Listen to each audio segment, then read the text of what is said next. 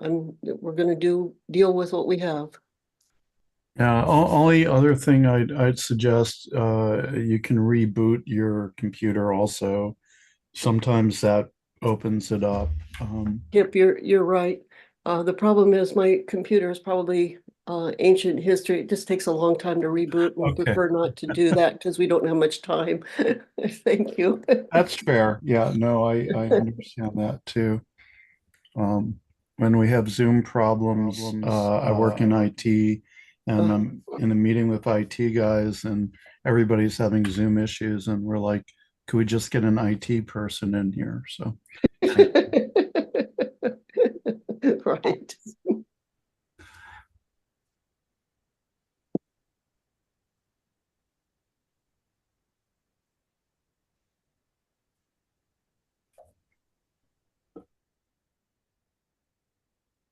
Are we just about loaded up here? Yeah, I think we're just gonna give it another minute or two as we wait for our PCEP members to get online, and then we will get started.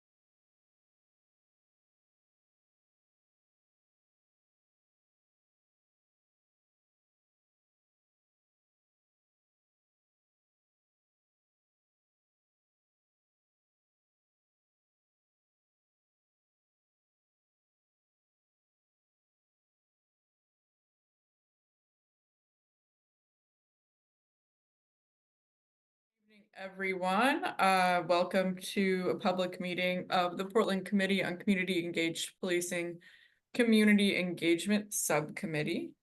I'm gonna pass it over to our co-chair Tia to get us started. And next slide. Thank you. Welcome everybody to the Community Engagement Subcommittee meeting tonight. Let's start by introducing everyone. I'll start. My name is Tia Palafox. I am a co-chair of this Community Engagement Subcommittee with Odelia, who we don't see quite yet. And I've been a PCEP member since 2021. I will pass it to, I see Carrie to my right. Hi, my name's Carrie Driver. I use she, her pronouns, and I'm a PCEP member. I'll pass it to Ashley. Hey everyone, Ashley Schofield. I use she, her pronouns, and I am the current co-chair of the full PCEP. It's great to see everybody tonight. Kip, pass it on to you. Yeah, hi.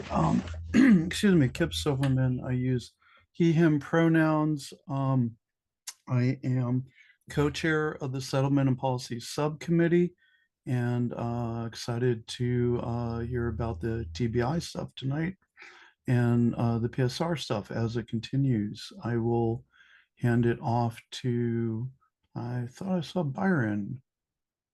Byron, are you out there? Yes, thanks, Skip. Oh, there you are. Yeah, Byron Vine, PCEP member, Settlement and Policy Subcommittee co-chair. And I'm not, who else? I think that might be all of our PCEP members for now, unless I'm missing somebody. Please jump in if so. I don't see any through as I go through. I see staff. Well, I'm Dory Grabinski. I'm the PCEP project manager. Hi, everybody. Stephanie Howard. I'm with the mayor's office as his director of community safety. Evening. Oh, there it is. Hold on. Evening, Mary Claire Buckley from the Portland Police Bureau.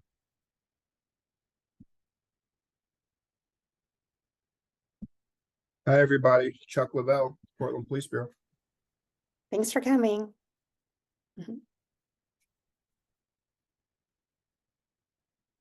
Avi, I see you. Do you want to introduce yourself?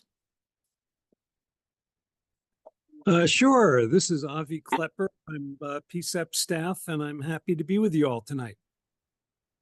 Thank you. And Jared?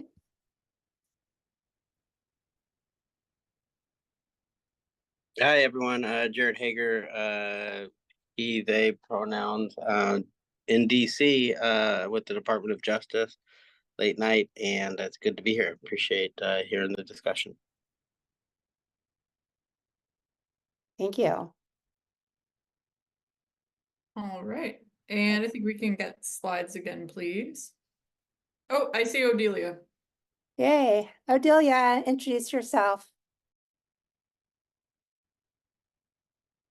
Hi, sorry, I'm having a bunch of tech problems. My name is Adelia. I use she, her pronouns, and I am the co-chair of the Community Engagement Subcommittee with Tia. Thank you. Yeah.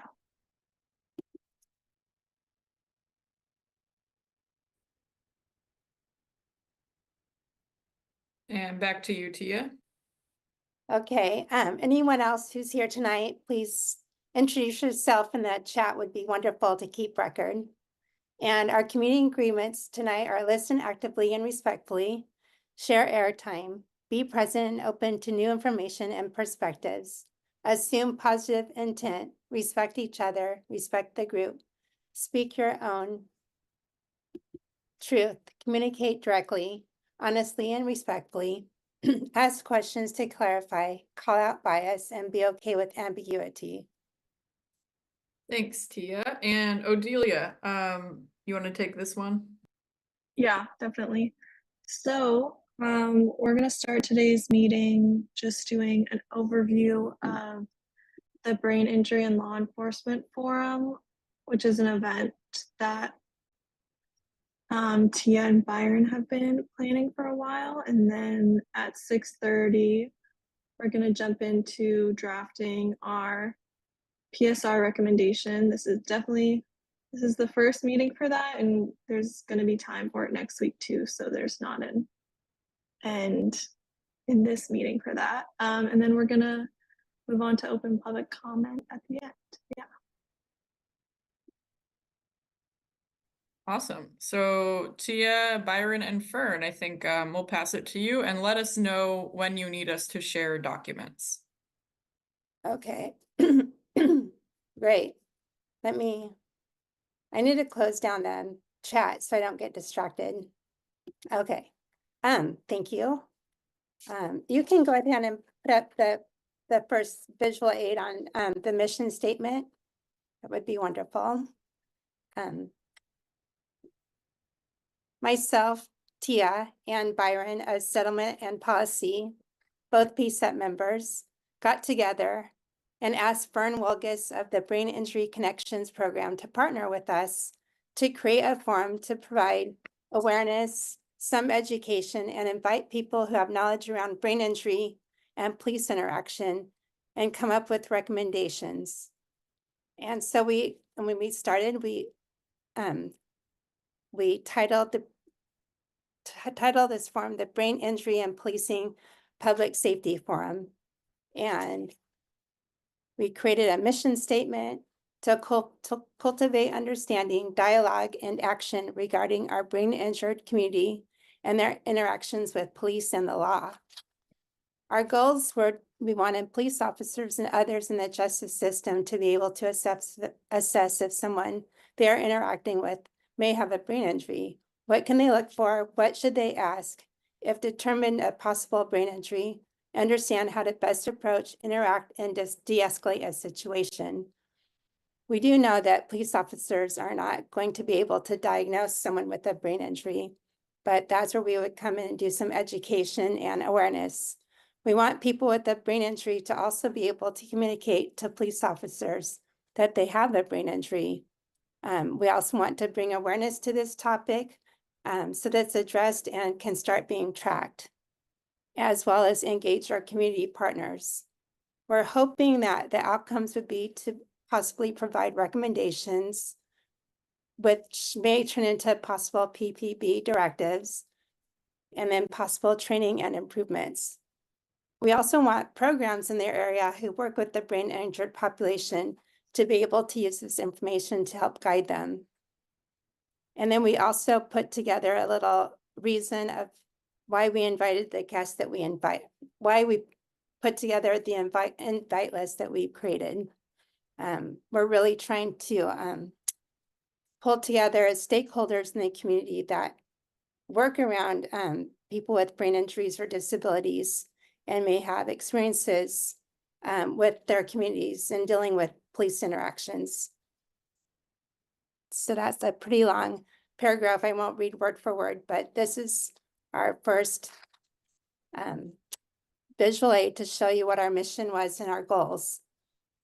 We're really hoping that police training and starting a tracking system for data would be recommended out of this forum, as well as brainstorming how people can communicate to a police officer that they have a brain injury or disability, especially if they struggle with communication.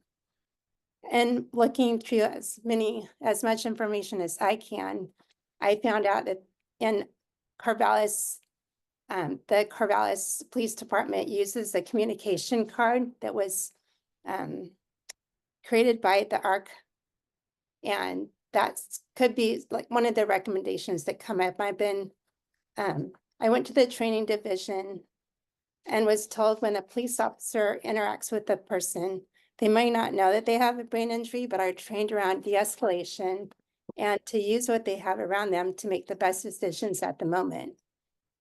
I've been gathering information on current training data and applicable information. One of the questions I will have about all the information I'm gathering is how will we share this information during the forum? We thought of having Rebecca Rodriguez, sorry, I'm reading my notes here. We thought of having Rebecca Rodriguez on the panel to represent the training division to talk about current practices. She recommended also Elizabeth Gerritsen, who may be a good fit. But then also staff was thinking that instead of having PPB on the panel, to have them in attendance, and it might be better just to have experts on brain injury, the law. So maybe thinking of like the Center for Brain Injury on Research and Training as a possible other good fit on the panel. We'll go to the panelists here in a minute. So that's, can you show the next slide? The concept that we have. The concept that we have in providing this forum is to provide dinner. So then people don't have to go home to eat, and starting it off around 6 o'clock, have an opening statement, introductions, and a layout, and then start in with a moderated panel discussion. Staff recommended having 3 to 5 panelists and have questions already typed up for them. And then a breakout group discussion with like a roundtable breakout, led by people with expertise in the area, requesting suggestions for improvements. And we'd have table topics at each table with questions and materials provided. And then at the end of the, after the panel breakout discussions, then we would have a wrap up and time for a survey. We're looking at about 5 panelists and 50 in the audience with about a 3-hour timeline. Our goal is 50 in attendance to make it a meaningful conversation. We worked really hard on an invite list and panel. To everyone out there, I did send documents on our invitation list and the panel with all the questions we would ask each panelist. And I didn't want to, that was 13 different documents I won't bring tonight. But here are the panelists that we were thinking about having up in the front. Lawrence Nelson, who's a chiropractic neurologist. Stephanie Grace, who's a TBI survivor. We met her through the Brain Injury Connections program. She's also on the JD Oregon Supreme Court Council for Inclusion and Fairness and with the Criminal Justice Reform Clinic, as well as Jonathan Bulland, who's a TBI survivor. He played football at Park Rose High School and received a TBI during his football game and was a Portland State University recruit. And he was arrested in Portland for theft. Then he received clemency, and there's a documentary being made on him. And so he would be, I think, a really great highlight to have on our panel. We also did think about Rebecca Rodriguez to come in and talk about police training and what's the current practices around police officer coming upon someone who has a brain injury or disability. As well as Alex Sanchez from Multnomah County Domestic and Sexual Violence Program. He's a supervisor. She's a supervisor there. And we do know that many people in the domestic violence community has brain injuries due to their domestic violence. And then with breakout groups, we wanted to expand our panel to bring up so many different issues around the houseless community, which has so many more people with brain injuries than the average community. Veterans, law and policy, Black, Indigenous, people of color, and domestic violence breakout groups. And we're asking some of those we were hoping that could have been panelists to be table discussion leaders. For example, if you are really interested in houseless people with brain injuries, you could join this table, and so on. And then the groups would be tasked to come up with recommendations and share out. And we'd have a note taker at each table with a PCCEP member collecting notes at the end of the night and having PCCEP members in the groups to help facilitate and run the discussions. Okay, let me check the time. I can't see myself, or let me look at myself. It's about 6:13. There I am. Okay. Okay. Thank you. Everyone, I have a brain injury too, so my communication is difficult, and I'm kind of sorry for reading word for word, but I wanted to get to everything. I see there's a question. Ashley. Thank you. Yeah, thanks, Tia. Yeah, I had a chance to sort of review these documents you had sent to all of us early on. And yeah, I mean, it totally looks like you guys have really thought about a lot of things. And as in my day job, I help plan events for community and government affairs. And it's a full-time job. I feel like you just you guys really put together like a full-time job plan. I guess my question was, I really wanted to find out tonight, and I'm really glad that yeah, Chief Lavelle is here, Natasha's an officer, Hansberger's here, you know, because I think just their experience with the training, right, and what officers are looking for, needing. So the panel you have listed and thought really hard into, have you actually, this might be my second question. I guess my first question actually is because this feels like something that is beyond PCEP scope a little bit, at least in my understanding of what PCEP scope is and what we do. And I know we've talked about this forum for a really long time, and it's been an exciting development to see how much you guys have put into it. I just was wondering, you know, one, do we have the capacity to put this all on? I have a little trepidation about being facilitators for a conversation. And, you know, again, part of my event planning brain is thinking like, who are we collaborating with to make this happen? And so then my second question is with the panel, the panelist. I know we have to like kind of vote on things or approve things to like move forward a little bit, but have we collaborated with any of those panelists to help develop like what their role would be? Yeah, I guess so. It's two questions, just like, do we have the capacity for this? I know you've thought about like the questions for PCEP, and I know we've been internally talking about those. One of them that kind of made me kind of a little nervous was like us being facilitators for this conversation, when I'm wondering if another organization is better. And then yeah, what's the collaboration piece been on with other organizations besides Northwest Brain Injury, our friends there. Yeah. Yes, I'm looking for a list of people, but let me put that down. Well, yes, the organizations that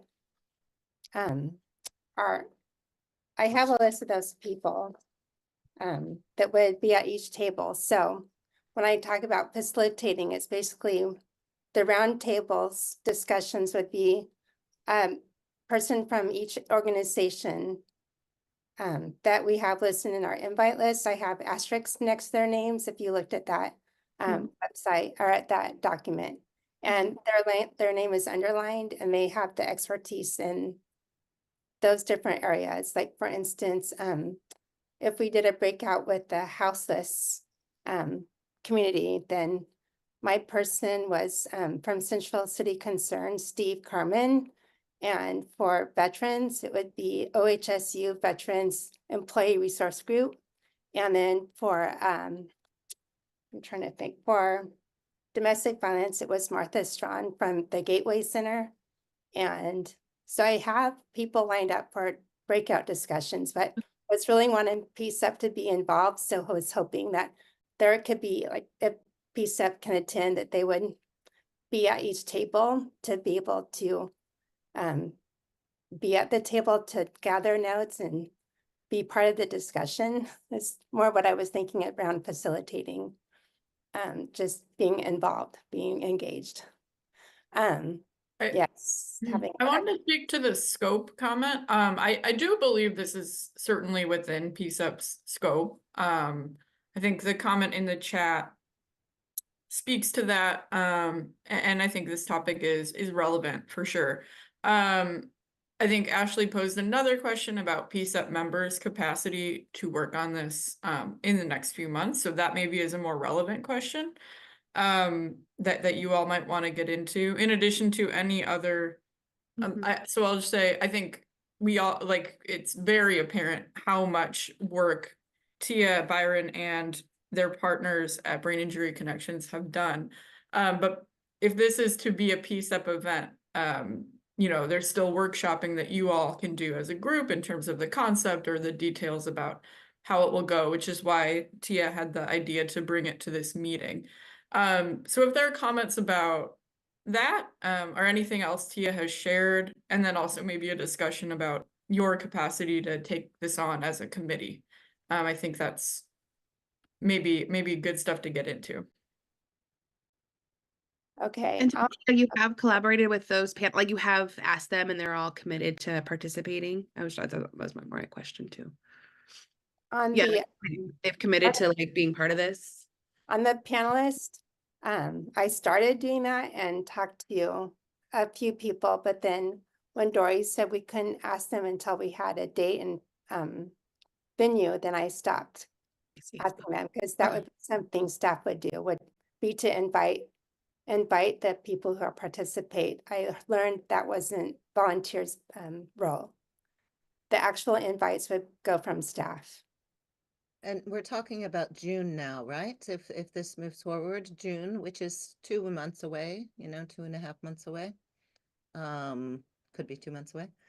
And I'd also just wanted to say, Ashley, thank you for the points that, are great for discussing during this talk at this meeting. And also Tia and Byron and the Brain Injury Connection for the great work. I feel like it's within our capacity personally, because I feel like 80% of the planning's been done. Execution is a lot of the staff's responsibility, and the last 20% of getting it over the goal line would take a team effort anyway.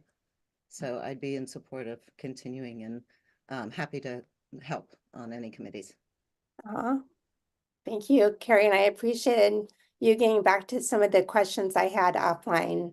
And those are things that we can continue to work on and share with each other. Sure. Because yes, we've had different questions along the way and try to get answers along the way. But now we're at this point wanting to finish things up and see where we stand with the group. Right, because we were, as I said in the email, Byron and I were under the impression we could put this all together for everyone, be like the little committee outside of the bigger committee. And then all of a sudden, like, we got to slow down and then see who wants to get on board and how we can move forward.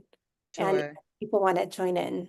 And my experience with speaker placement or request to making panels is that you don't ever really know until the last minutes. You can have a dream panel, and then you really have to find out where the conversation is being shaped based on who does confirm. So yeah, so we'll have that ability now moving forward with your great ideas. And to Ashley's point, making sure we can confirm up people as soon as possible. Yeah, completely agree. So we just have a few more minutes on this. And this is just meant to be an update. We will spend more time on this in an upcoming meeting. But does anyone else have any last questions about any of the details that Tia walked through? Anything of that nature? Oh, I see Fern has a hand up. Fern. I'd just like to make a comment. I'm Fern Wilgus. I'm Vice President of Brain Injury Connections Northwest, and have been working with this group as well, Stephanie Grace, until recently. One of the things that I've been doing, because I have very limited knowledge, having any kind of information about brain injury within law enforcement, and training. There's an expectation from a federal level a couple of years ago of brain injury training being a requirement, that's being a federal thing.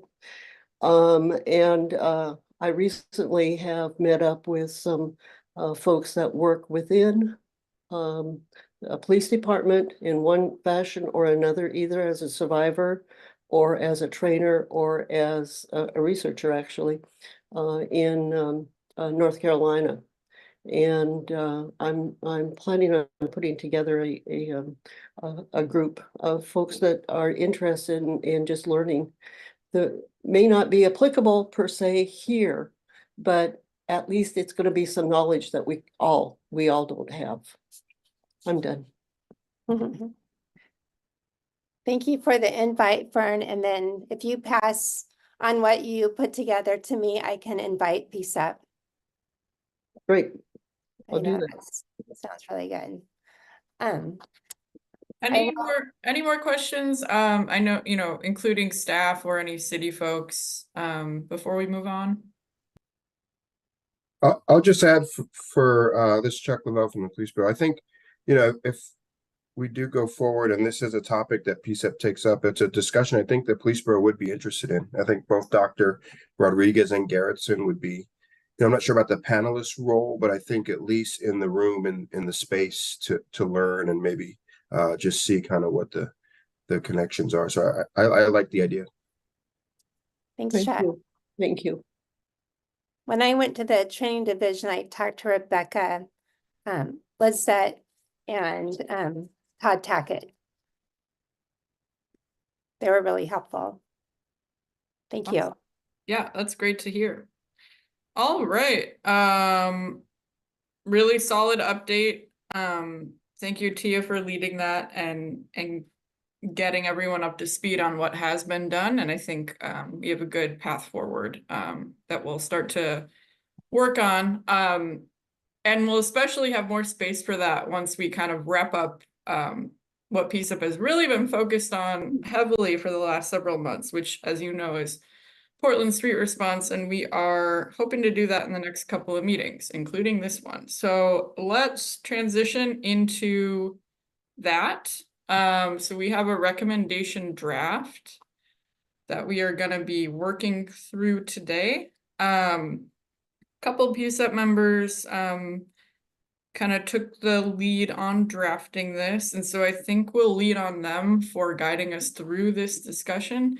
But I do want to go through a couple of guidelines to help us as we go. And Odelia, I'll pass this to you. Yeah, sounds good. Okay, so first guideline is if a question cannot be resolved within 5 minutes, we'll move on and return to it at the end of the meeting. If we run out of time, we will flag it for review offline. Second guideline is to keep discussions focused on content and structure.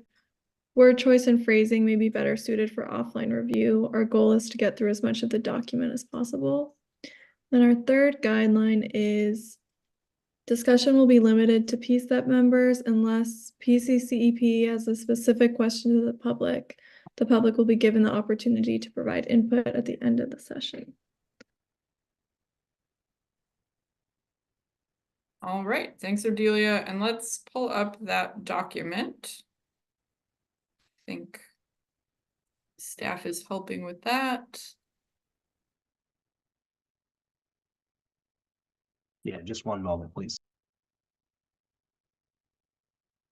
No problem. We're working with the summary document, right?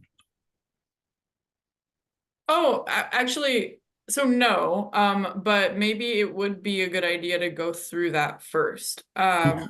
Yeah, we will definitely be looking at the recommendation itself as well. Oh, okay. 1 second here. Yeah, it's pretty dense right now, so.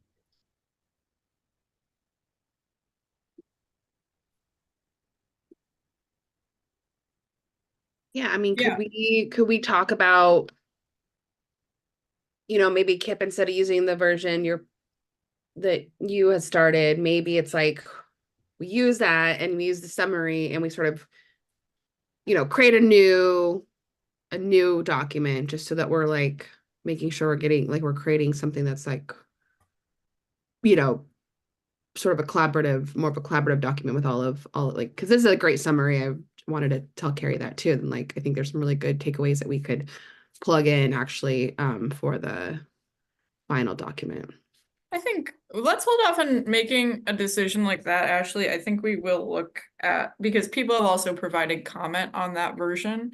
But let's go through this and then take a look at that and see where we're at. That sounds good. So I know Carrie drafted this. Carrie, do you want to walk us through? This is a summary, a separate document of kind of what's going on in the recommendation. Yeah, sure. My Super pleasure. helpful. Yeah. And this is purely based on the content that Kip and Ashley wrote, and so I want to give them creds. I'm good at pulling out the messages that were there.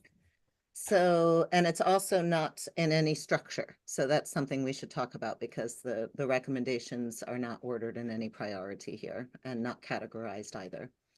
So we found several key components that we want several key changes, recommendations we wanted to make, and basically they support concrete steps to expand Portland Street Response and keep them sustainable for a long time. Many people in public testimony told us that it has to be 24/7, and 24/7 operations would also allow for better funding opportunities. So that's a strong recommendation we have. Also, in terms of where it lives, we had the town hall with the great panel, and everyone was in support of having it. Everybody who talked specifically about the management alignment between CSD and PSR would be being a much more symbiotic type of relationship than having it be housed somewhere else. We talked about the budget, and there were stories about frustration how the things that PSR was meant to do couldn't do because they were so busy. They couldn't grow at the same time as they were just, stopping, the flood, and trying to operate as best they could with their limited resources. So we will recommend a long-term financial plan that is sustainable and pulls from different resources so that multiple stakeholders are involved. We also looked at the interoperability. Oh, yes. In other cities, the first responders, like Portland Street Response, are able to have a bit more scope in their capabilities. They can enter buildings, they can attend to suicide calls, and not as many restrictions as here in Portland. And it sounded from the public, the police, and the PSR side, they would very much like to have that those capabilities here too. Oh, and there was some situations reported where PSR staff were asked to be involved in some of the policing activities. Whether or not, if they did or they didn't, it's something we recommend that just not be a gray area.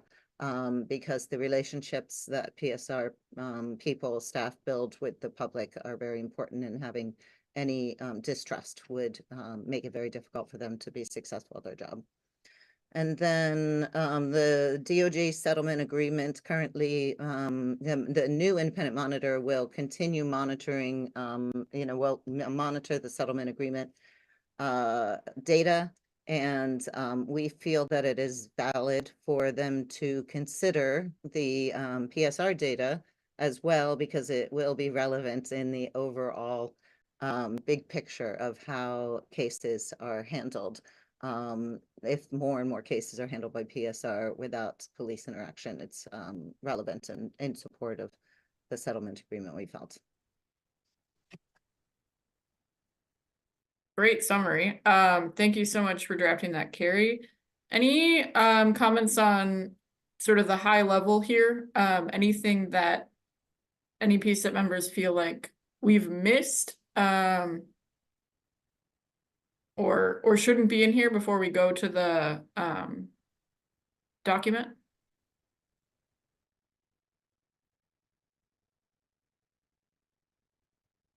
Yeah, I think these are really good list of like the like the main points, and then I think I need to add some more details to what we're asking from all that. But yeah, this sounds really great. Thanks so much, Carrie, for doing this. My pleasure. I forgot Odelia had some content in there too. Just not to throw out. Tia, did you have something? Okay. Anybody else before we move on? All right. Let's take a look at the draft that has comments on it.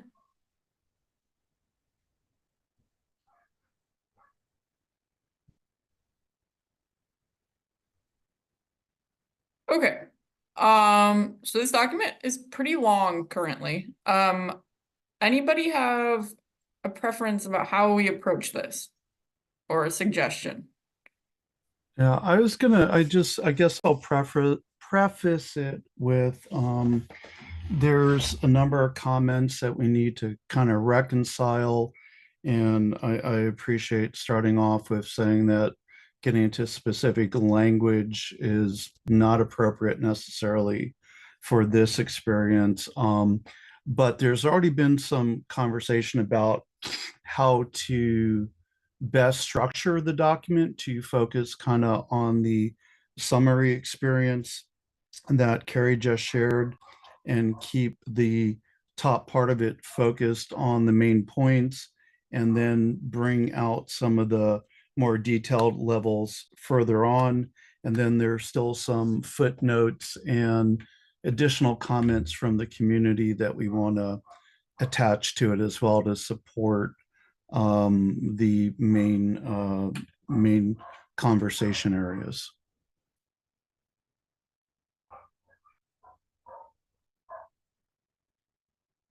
That Well, sounds good. Oh, go ahead, Ashley. Well, I just want to recognize that this is going to be a very brutal, like every time we work on a recommendation, it's just a brutal experience. And I just want to acknowledge that for everyone in this room today, I guess. And, I think, yeah, I hear you saying, keep going through it, like line by line, like we know that doesn't work well for us. But I am wondering though, if we can read through the document. Sometimes that's really helpful for us to hear it out loud. I know that's happened in the past, and that way, and read it all the way through. Let's not stop. That way we can get the flow, and then we can kind of like talk about, because I think I agree. I think tonight we need to like, what are the sections we're going to put in here? What are we going to and then we can flesh out the sort of like more details and language and wording. And I just think maybe a good read through could be helpful for us to, and hear how it sounds. And yeah, no, I mean, we absolutely need to do a read through so people know what we're talking about. My comment was more about getting into details of specific language, like was in the original slide or the first slide we showed. That's all. Okay, so it sounds like we're gonna start with a read through. And I'm hearing some agreement already about some changes to the structure. But yeah, let's start it there. Would you guys like me to read it? Does anyone want to read it? That's up to you. If you'd like to read it, that's fine. Then we can speak to different points on it. If you want me to read it, I can start out and we can all take turns. I'm easy. I can read it too. I have it up on my screen, so I could just read it without waiting for you to scroll. I don't know, Kip, can maybe you like, read this some, and I feel like I've read this a lot too, so I don't know if anybody else actually wants to do it, because then we're not. Because it doesn't really How matter. about to keep it so you all can be in more of an evaluation and commenting space. Yeah. We'll take turns reading it as staff. Perfect. And then, you can either maybe make comments as we go, or just hold comments, take notes, and then we'll wait. Okay, I'm gonna get started. Here's the summary, or let's go to the title, because there's comment on that. PCCEP recommendations to operationalize Portland street response. Summary. With overwhelming community support across all demographics of Portland, PCCEP recommends fully funding and moving Portland street response to the Community Safety Division. We believe this change in management will ensure the appropriate level of focus and implementation support to allow PSR to be successful. PSR also needs to expand to meet the needs of the community, and a 5-year multimodal budget is needed to allow PSR to grow its capacity, services, and service hours. This recommendation is based on feedback from the public, especially organizations that work with and assist people in crisis, to comply with the settlement agreement to minimize harm to Portlanders who are having mental health or other forms of crisis. Scroll down. All right, getting into the body. The Portland Committee on Community Engaged Policing hereby recommends to Mayor Wheeler's office that Portland Street Response, referred to as PSR going forward, will be assigned to the Community Safety Division, whose mission aligns with the mission of PSR and aligns with the requirements of the U.S. DOJ versus City of Portland Settlement Agreement to reduce harm to community members as outlined within. After multiple meetings and 2 town halls, PCCEP has received a great deal of feedback from our community that there are serious concerns over the current lack of clear direction and support for PSR. The recent city auditor's report supports these concerns, including the severe budget issues Portland Fire and Rescue is facing, which has slashed PSR's budget, making PSR non-viable as an entity if enacted. While we appreciate the auditor's recommendations and agree with the intentions, we recommend a more aggressive approach to an accelerated resolution, which PCCEP believes will help save lives and address not only concerns of our communities, but also help ensure PSR can thrive and grow through this calendar year and well into the new city government structure beginning in 2025. All right, let's pass it to Samir. Hello, Samir Canal, Community Safety Division Advisory Boards and Commissions Manager. Our specific recommendations are as follows. PCCEP recommends that Mayor Wheeler's office commit to a plan to see PSR be fully supported through the transition to the new city government, and in the interim work with the CSD to develop a 5-year plan to accomplish the following. Number one, we recommend that Portland Street Response be moved to the Community Safety Division, as PSR's mission is closely aligned with that Bureau's goals and missions. This also puts PSR under control of OMF and the mayor, setting it up for success over the next year and beyond as the Bureau's transition to the new structure under a city manager system. We know through various testimony from the public and professionals that the PSR program must operate autonomously, parallel to police, fire, and EMS services.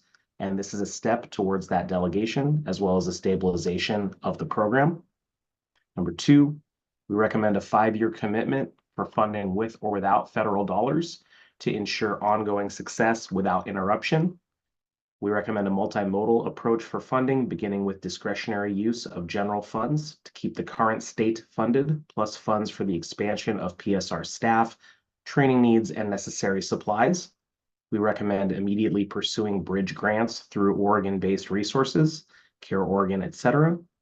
We recommend pursuing federal grants and funding through Medicaid once PSR is fully 24/7.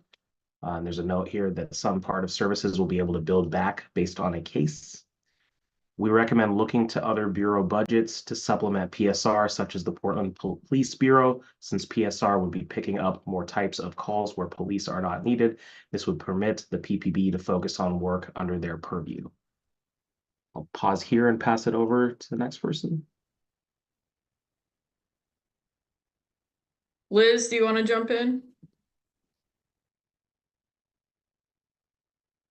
Sure. We recommend an agreement of interoperability and support across first responder services, including but not exclusive to the Portland Police Bureau, Portland Fire and Rescue, CHAT, Project Respond, as well as non-governmental agencies.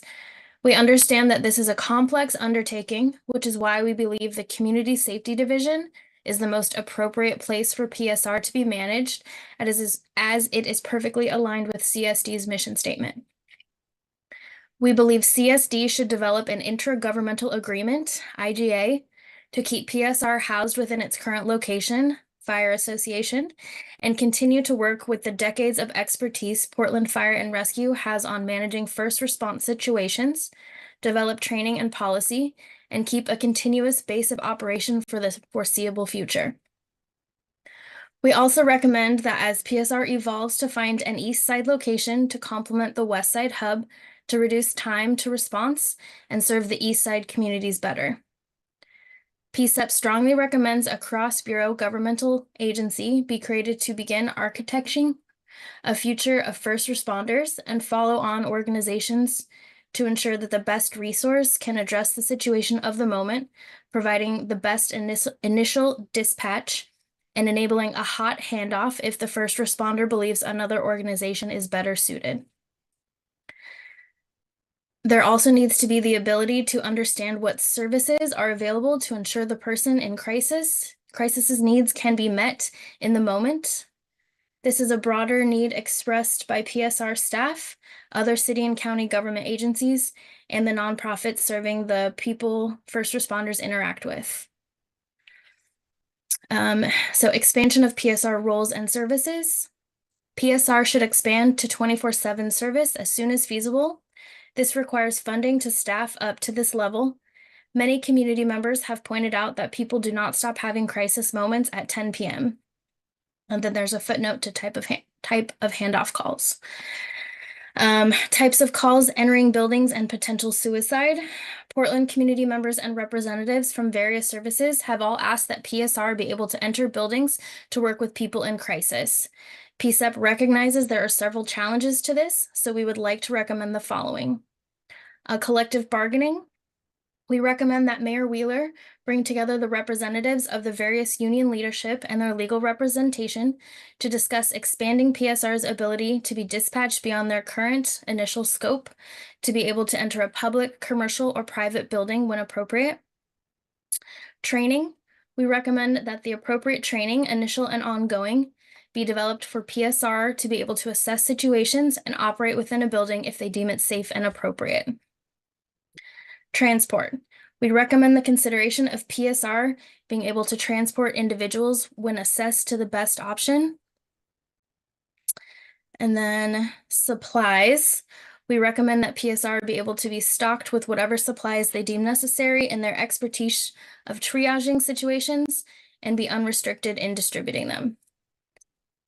Dora, you want to pick it back up? Sure. Scroll down.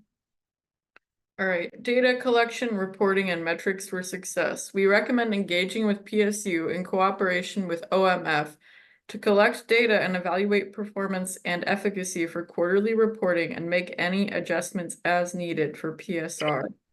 We recommend an integrated first responder dashboard to be shared with the public to understand not only who is responding to which types of calls, but also to track the outcomes. We recommend, along with recommendation number 6, that the soon-to-be appointed independent monitor, as a part of the recent approval by Judge Simon, include the success metrics of PSR in their overall consideration and compliance of the settlement agreement. Conclusion. We feel, based on the successes PSR has had, regardless of all the challenges they have faced, warrants a focused and expedited plan to move their mission forward as we have laid out above. We recommend resources needed, planning, budgeting, legal, etc., all be made available immediately to work with PSR and other first responder leadership to develop a growth plan for PSR and other first responders to ensure PSR can be successful and that Portland has a maturity model for assessing and responding to a situation, PCCEP would like to thank our community members for their input, as well as the detailed report from the city auditor's office to help with their direction of this proposal. We would also like to thank Commissioner Gonzalez, Interim Chief Gillespie, and Mayor Wheeler's office for their advocacy of PSR, regardless of differing opinions, and hope that they will seriously consider and adopt our recommendations as soon as possible. Do we want to pause here or read the supplemental portion at the end? Probably. Okay. Yeah. No. We don't, I think, let's focus on content first, because this Yeah. is more of a self-evaluation of the recommendation. Okay, initial thoughts. Well, I added some language I think would be a little bit more appropriate for the summary, just because currently the summary is really just beholden to like sort of one recommendation that we're already putting in the list of recommendations. I'm sorry, I should raise my hand. Thank you, Carrie, for reminding me of that better practice. But yeah, initial thoughts. We're starting at the beginning. No worries. I just wanted to queue up and not Yeah. No, for sure. Do you want to Go ahead, finish, Ashley. Ashley? Well, that was, I definitely, since we're, coming maybe back and just sort of setting, and we could talk about messaging later for sure, but I guess I just wanted to point out that this is where we kind of set the tone for what we're asking for. Like, I think we just need to be a little bit, even maybe my messaging might be not as forceful enough. I think this is where we kind of say, we demand that the mayor listen to us, community, because and we're, here we're listing out all these reasons, that we've heard from the community. So, because right now it's just like kind of landing on one of the many recommendations that we're going to put through. That's my initial thought. Anyone have a response to that specifically? Yeah, I actually, no, I think you can see in the notes on the side that there's an agreement that we need to kind of work on the summary of the recommendation. And I will, I'll apologize to everybody on the call that I had hoped to have been, have integrated more of the comments before going through the full text. So it's a little in a bit more of a raw form than I was ready to talk through, but that's okay. It's more exciting this way. We love excitement at PCCEP, but also, that's a completely normal part of our drafting process. So thank you, Kip, for everything you have done on this. Okay, so what I'm hearing is maybe and other PCCEP members, feel free to validate this or not. Maybe a general agreement that the summary needs some work.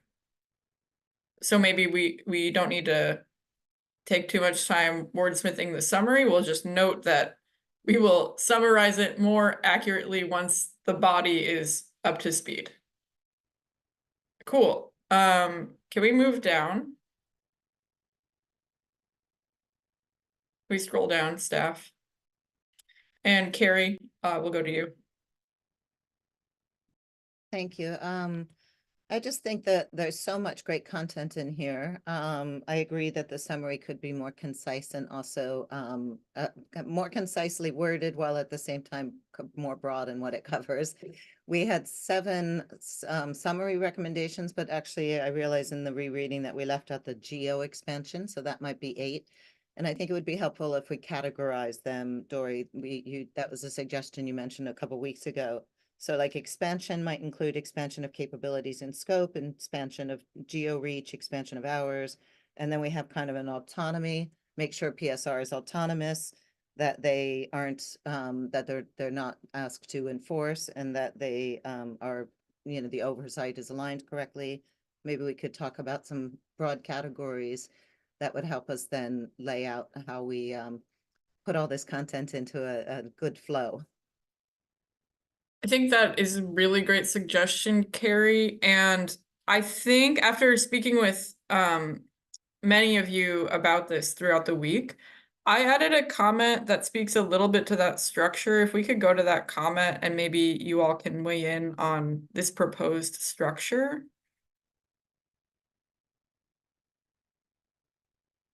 I think it might be further up. Okay, here we go. So I said, here's some overarching structural suggestions. As Ashley said, reference more of the community foundation for the recommendation in the intro, then make a bullet point list of the core demands without going into detail, and sort of framing it in a way where you're positioning it saying, in order to approve this recommendation, here are the things we are asking you to commit to.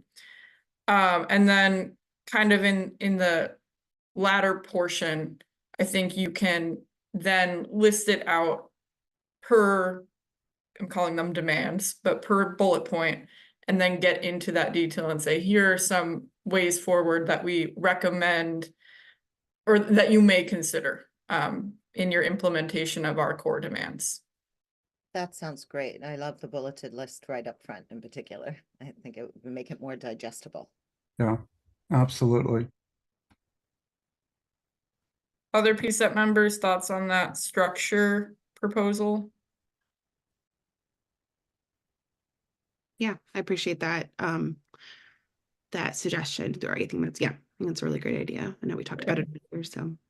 Great. Yeah, so I think what we can kind of start to do is think about how to shape what we have into, that tighter structure. And then along the way, maybe get into some of the more specific stuff that you all want to work through as a group. And Carrie has got us off to a great start in the summary document, already drawing out kind of those kind of bullet point things. Dots. Thank you, Dan. Okay, so was there another hand? I had put my hand up, but I'll wait because I have a very specific question, and I'll just wait till we get to that section.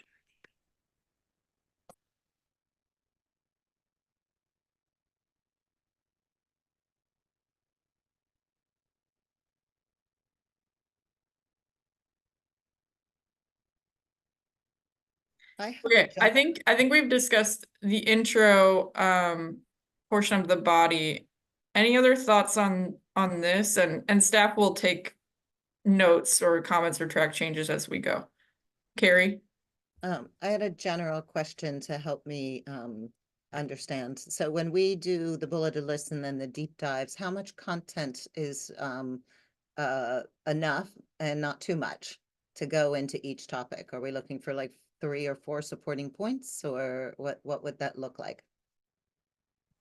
In terms of the proposed structure where the main points are listed out like that? Because if we're going, like, I'm thinking before I can give feedback on the body of the recommendation on all these 7 or 8 points, how much, information are we going to provide about each one? Is each one going to be a page or a paragraph? It's helpful for me to think about it that way.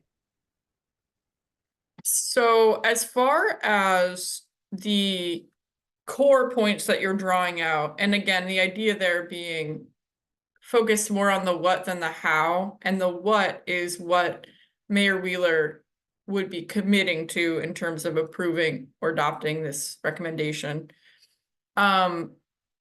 I think it is at your discretion, of course. You might want to think through, the impact that different amounts of information have in that section.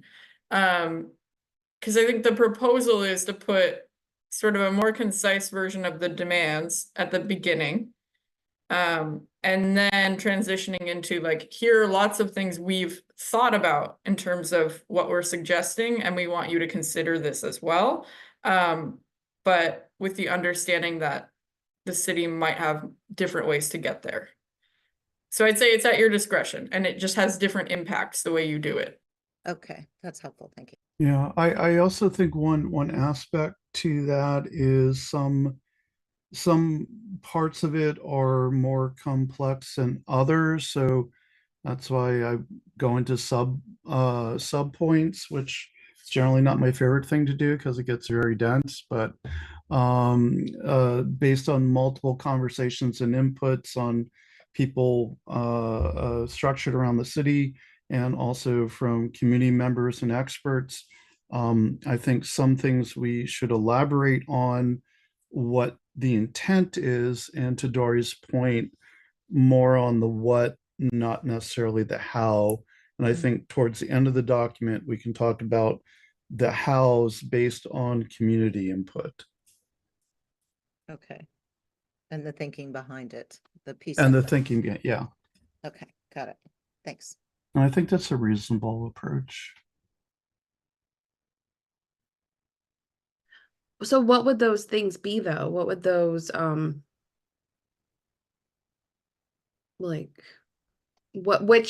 yeah, can we talk about like which ones we have, like which out of the category, the 7 or 8 categories we're going to list?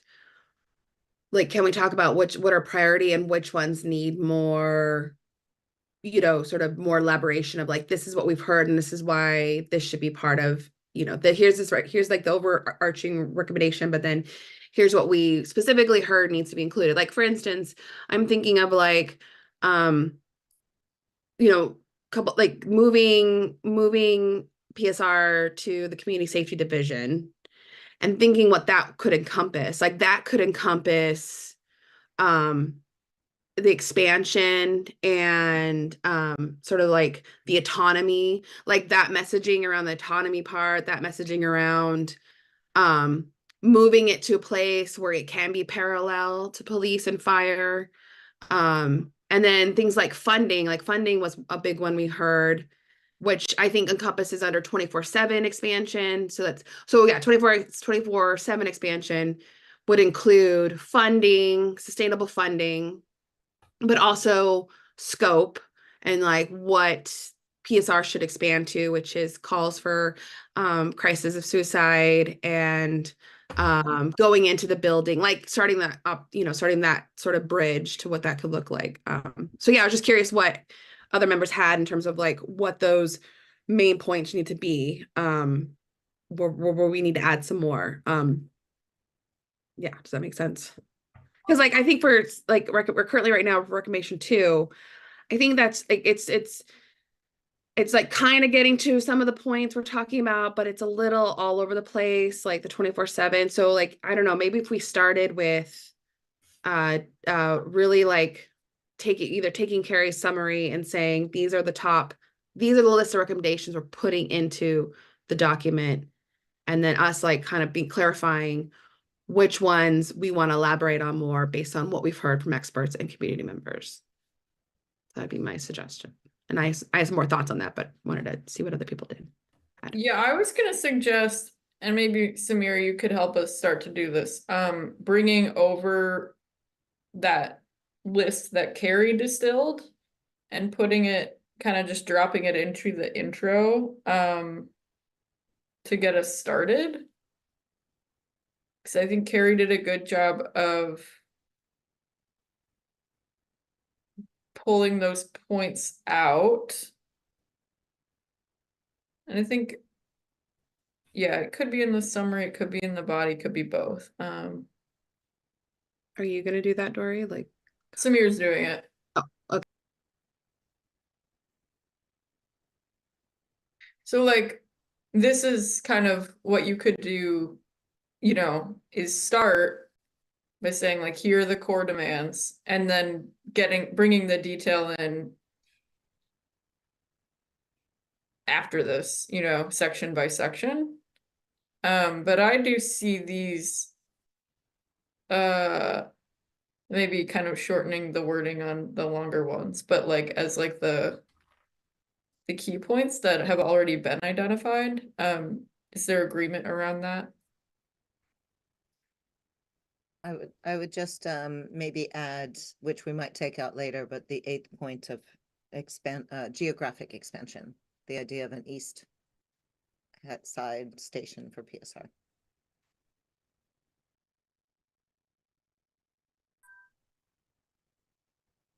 Yeah, I like having this list be our compass for how we, you know, incorporate sort of the more specific feedback we had received. And Ashley, I do agree that certain things go together, you know, like the additional budget would allow more supplies, hours, and geo expansion, and you know, the autonomy theme being changing the roles, giving them more capabilities, relieving them from enforcement and oversight. Not fully functions, not a fully baked cake yet, but I like the idea of pots of themes. So while we're sort of adding this in, I know there's been some chat some convo in the chat. I was hoping to kind of clarify some things regarding, because I think what we've heard before in the past about the scope of work is around the labor work group. I know Dan Handelman put some notes in the chat about that.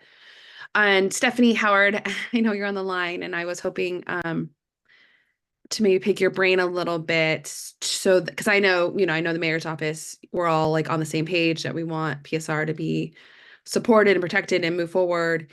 And so wondering if we can get some thoughts from you about updates on sort of what that work group is doing. You know, it sounds like it got together and then I'm not sure what happened to it, because that seems like a key thing that needs to take place in order for the city to move forward around the scope of work regarding, how does PSR become somebody that can go inside buildings and respond to certain calls. That was sort of my takeaway from last summer's town hall when we asked those sort of questions. And I just was wondering if any updates, but also like guidance on how we make sure we're wording what that process is and if it's appropriate place.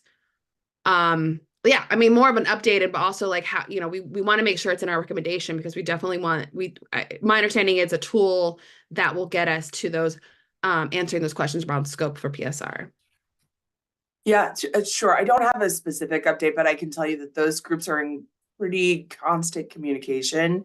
And certainly they're aware of all of these discussions. Aaron Schmatz attended the town hall virtually. So no, this is very much, you know, these discussions are live and continuing, and you know,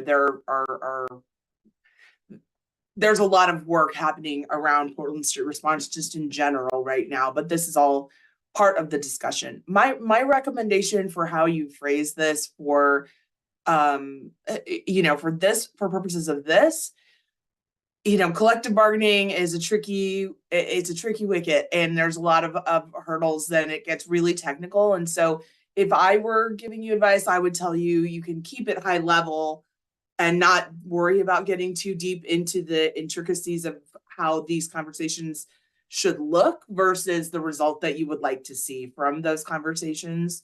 So that would be my recommendation, not to tie yourself in knots over trying to get too perfect on the language, because we're all on the, you know, plugged in, and I think it's better for you just to tell us, you know, what it is that you want it to look like. Yeah, because Stephanie, if, for example, the mayor accepted a recommendation that would require some sort of bargaining change, you know, that's understood. Like, yeah. So. Sorry, I would love for PCCEP, I think something, because I think when the recommendations, part of our strategy has been to get this to the mayor before they decide on budget stuff. And, I know it's all 60 days, it's going to get a little squirrely. But, I think that's what that's the arm we want to use, that we have as this advisory group. And so thinking about tangible things we can get from the mayor to make sure that, we're keeping you beholden to your promise and, and all the things we've said and like, okay, but this is what this needs. So to PCCEP members, I'd love to include somewhere in here where we're asking the mayor's office to either loop PCCEP into what's going on with that work group, or maybe the mayor comes and provides an update. I mean, I think we need a little more fire around where that's going, because it does feel like a crucial part in moving a lot of what the recommendations we want to say, or what we've heard from community, to move forward. So I just want to throw that out there.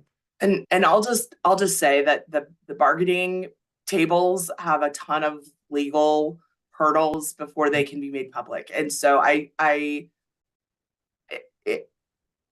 again, I think it's probably more productive for you all to say what it is that you want the results of that bargaining to be, rather than to, kind of have this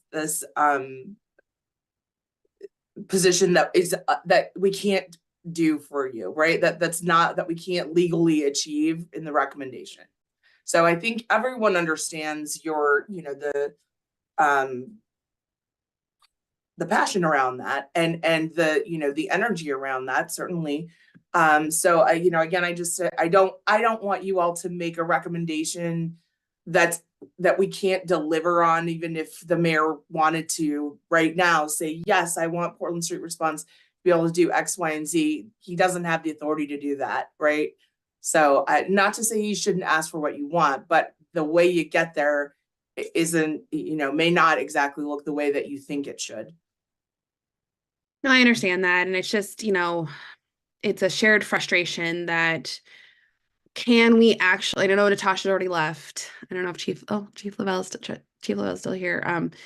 That this idea of getting to community engaged policing will always feel difficult, will always feel impossible with the bargaining. And I get it, like it's a state thing, but as we put all this work into bringing community voice to something that really affects all of us and our public safety, it continues to be hard to understand how community engaged policing actually works when the bargaining always gets to trump any sort of input. And I know it's a very layered and complex situation. I just wanted to vocalize that frustration I know that we've heard before around bargaining and actual community input being solved. I just want to quickly say, I think let's not count out the possibility that process could unfold.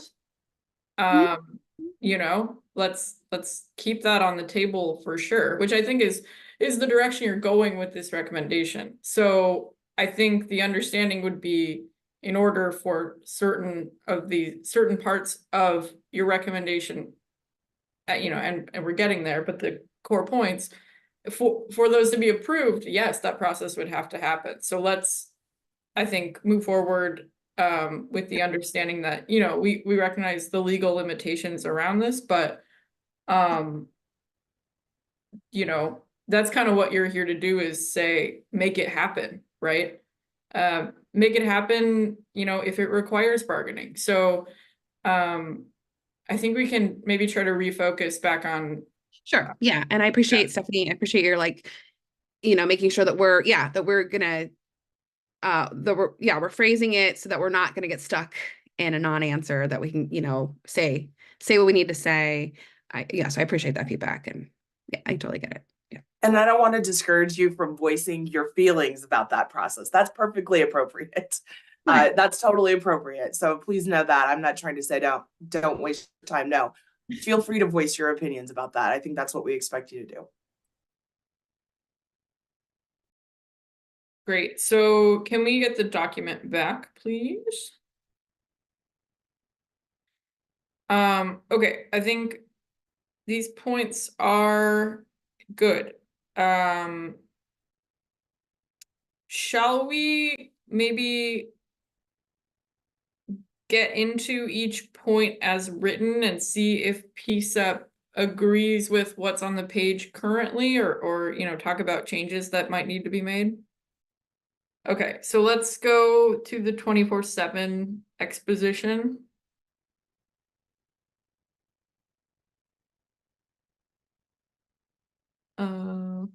Is that where it starts?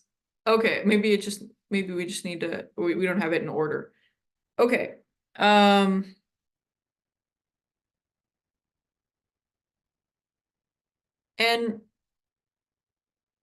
so we have expansion of PSR roles and services. So currently,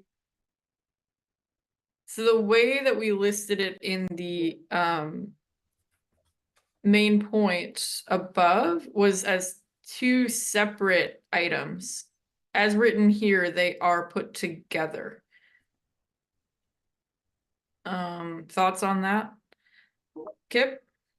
Yeah, what to make the document more legible, because it wound up, I think the original or earlier version had like 12 bullet points, or I'm sorry, I keep saying that, 15 points.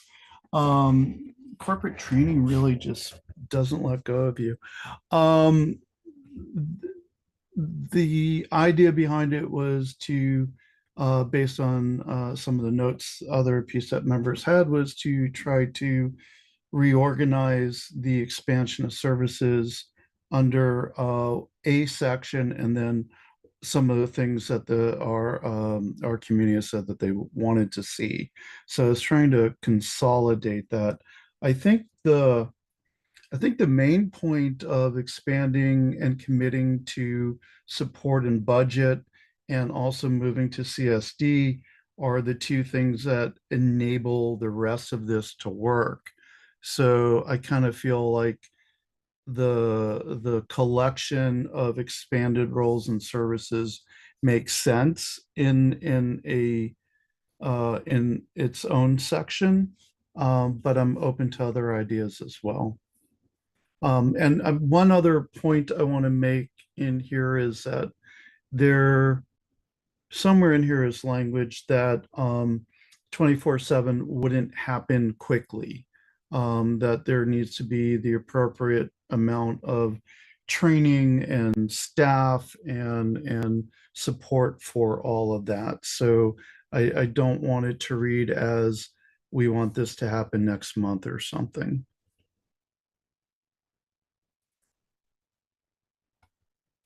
Yeah, I think putting a time stamp on things, or an expectation around time, is sometimes a good idea.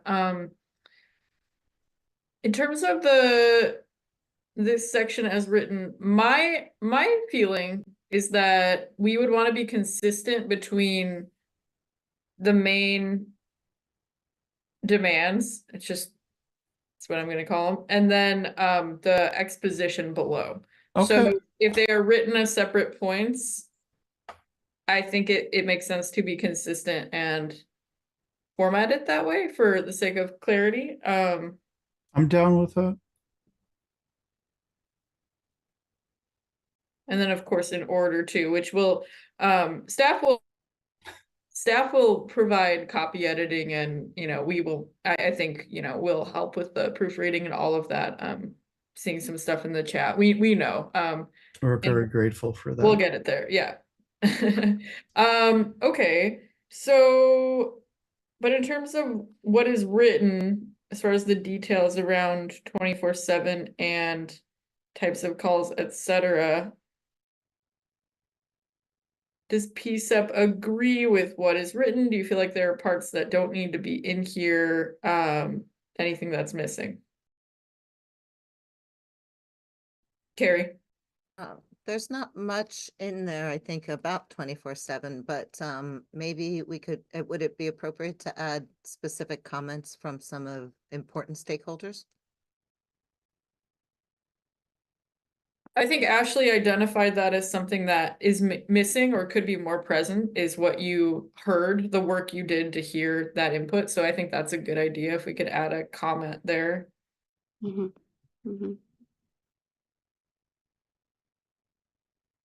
Ashley? Yeah, I was gonna say that'd be really good because I think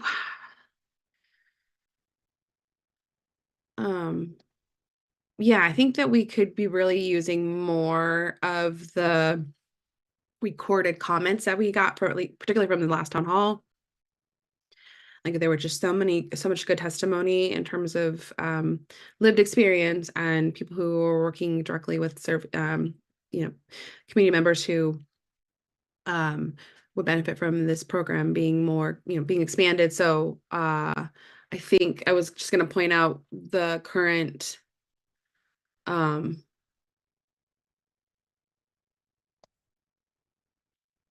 think like the collective bargaining should be its own, I don't know, it should be its own bullet point.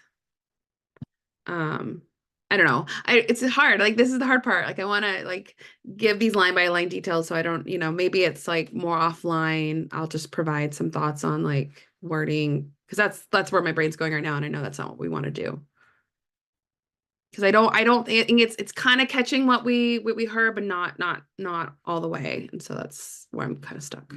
So are we still thinking that my thought or I thought what I understood was we would use for each of the main sections we want to address, that we would have further down in the document a link or footnote to the input that we received from the community to reference that rather than within the point itself.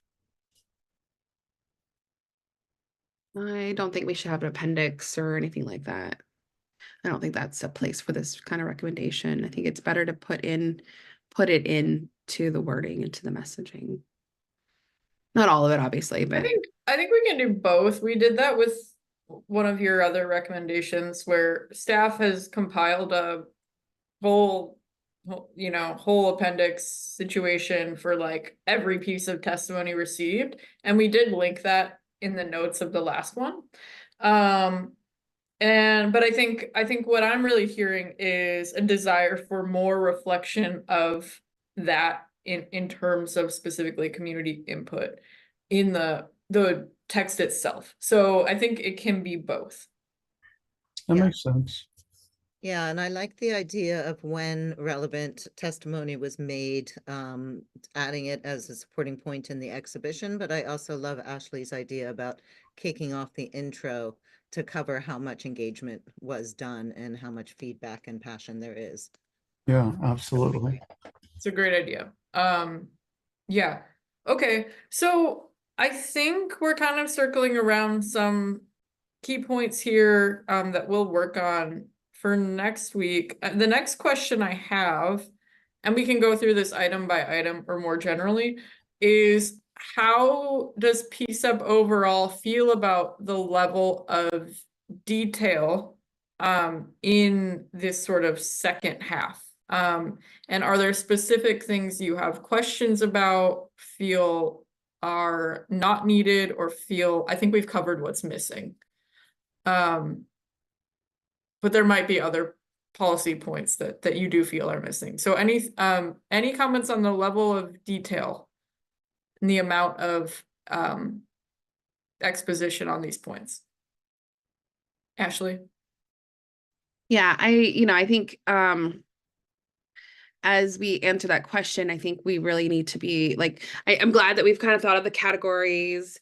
I think that's going to help us sort of map out what details we add. But I think also we have to think about like, what can the mayor respond to? Kind of like to Stephanie's point about the bargaining, like, why, there's just going to be legal challenges. And I do feel like some of the messaging, I'm not sure, the more details we get in, we're talking about these logistics that, not just the mayor's office is going to have to decide on. It's going to have to be some sort of working group or sort of like senior leadership decision.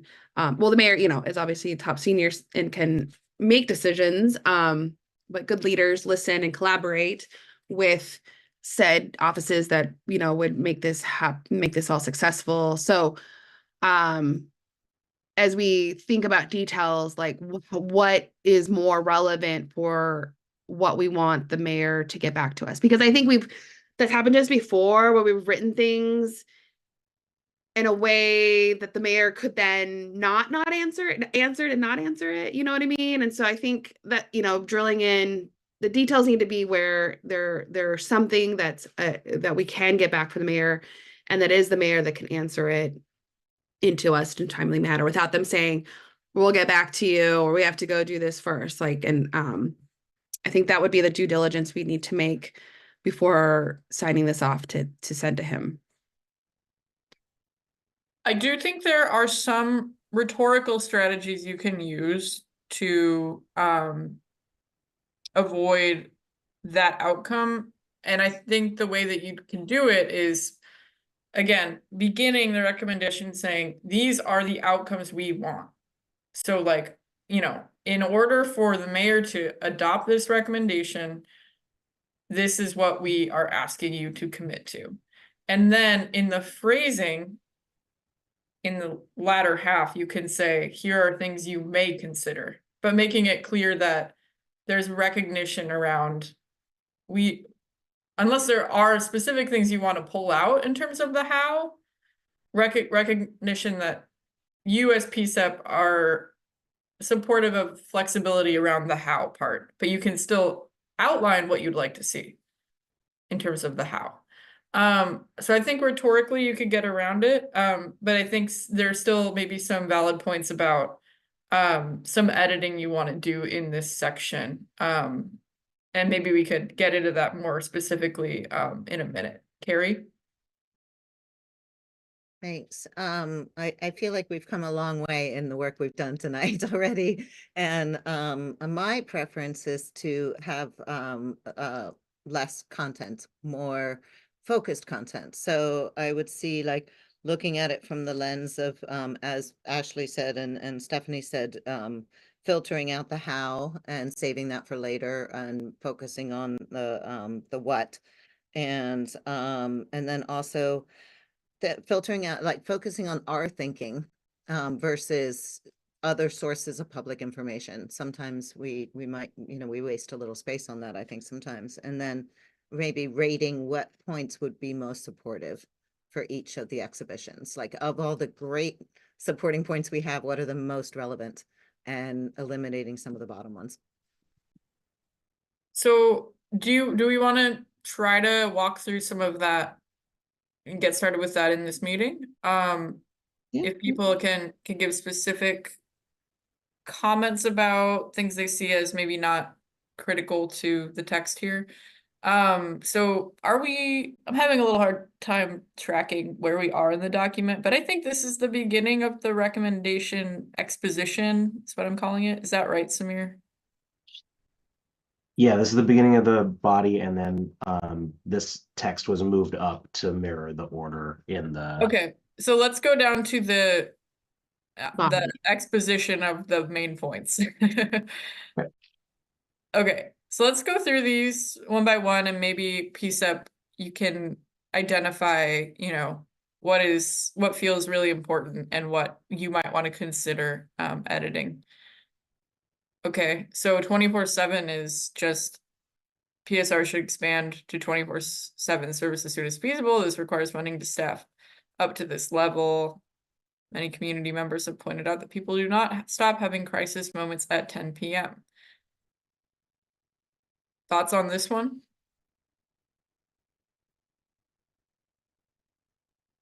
Yeah, I think that one should be definitely at the top.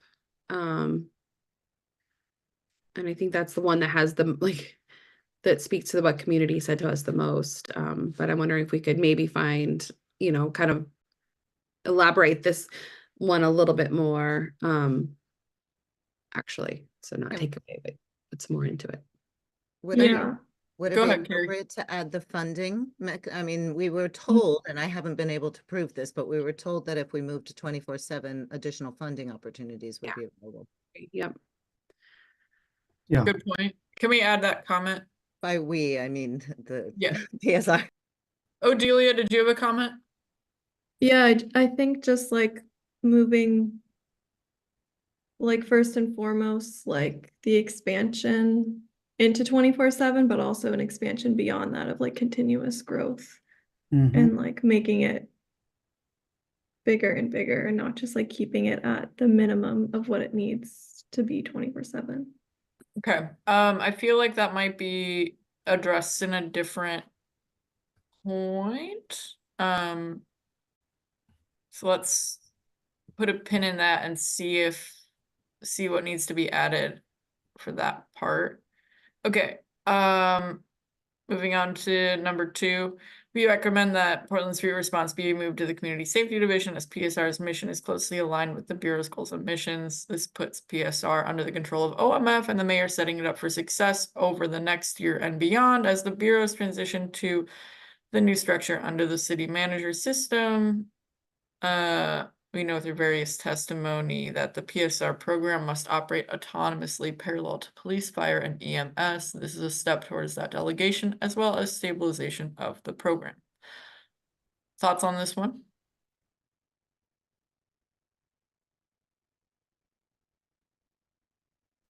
Yeah, I like this one. I added.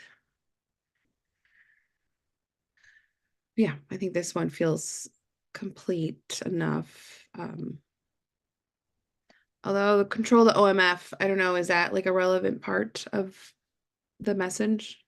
I would say no, because actually with the city transition, some of this It'll become irrelevant. Yeah. yeah, some of that might change. So I don't think you need to put that in there.